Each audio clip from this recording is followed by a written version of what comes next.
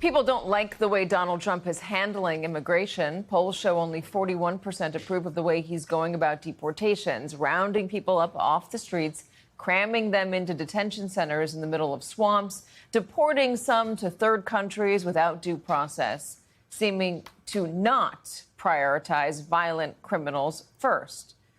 The polls are so bleak, Republicans fear they will start to feel it politically.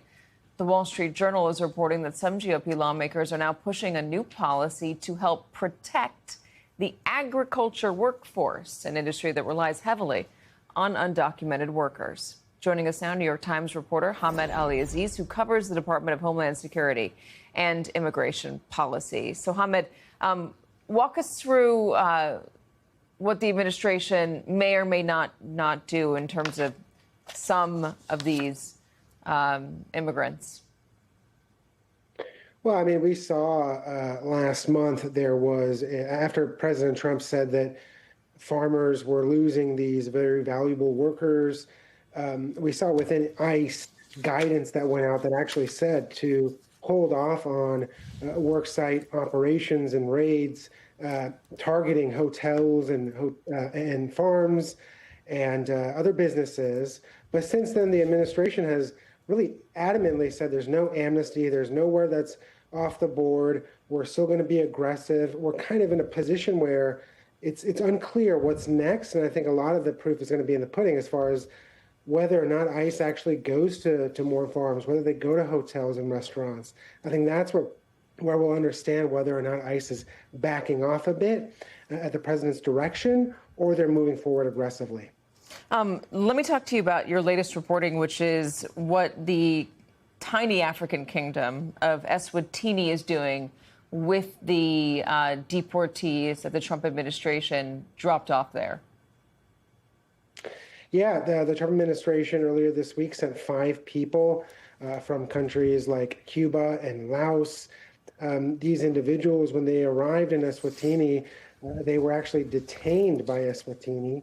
This was something that government actually announced to their citizens because the Trump administration came out and very publicly said these people were sent there and highlighted their very serious criminal backgrounds, including some people who have been convicted of murder.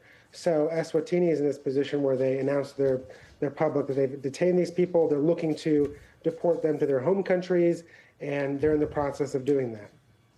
The polling numbers for Donald Trump's immigration policy are plummeting. 41% say they support it, which is just a remarkably low number. The Gallup numbers show that more Americans believe today that immigration is good for the country than believed it last year.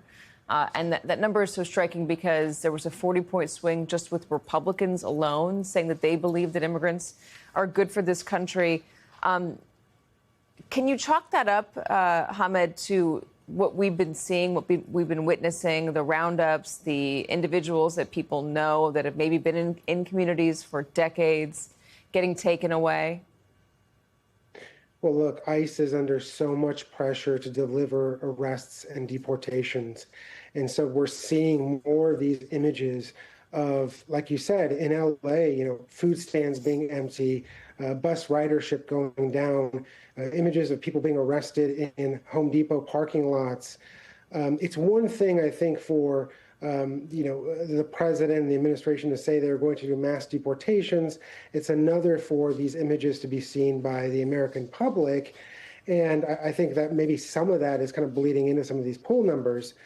During the first administration, they were really focused on the southern border. The numbers were up. They made the border really the key focus of their immigration policy, perspectives. They were focused on the border, cracking down the border. This time, the border numbers are low, and the promise is mass deportation. And I think that's been really difficult so far. And we've seen that people are reacting to some of these images and videos that you mentioned. Hamed Ali-Aziz, thank you so much.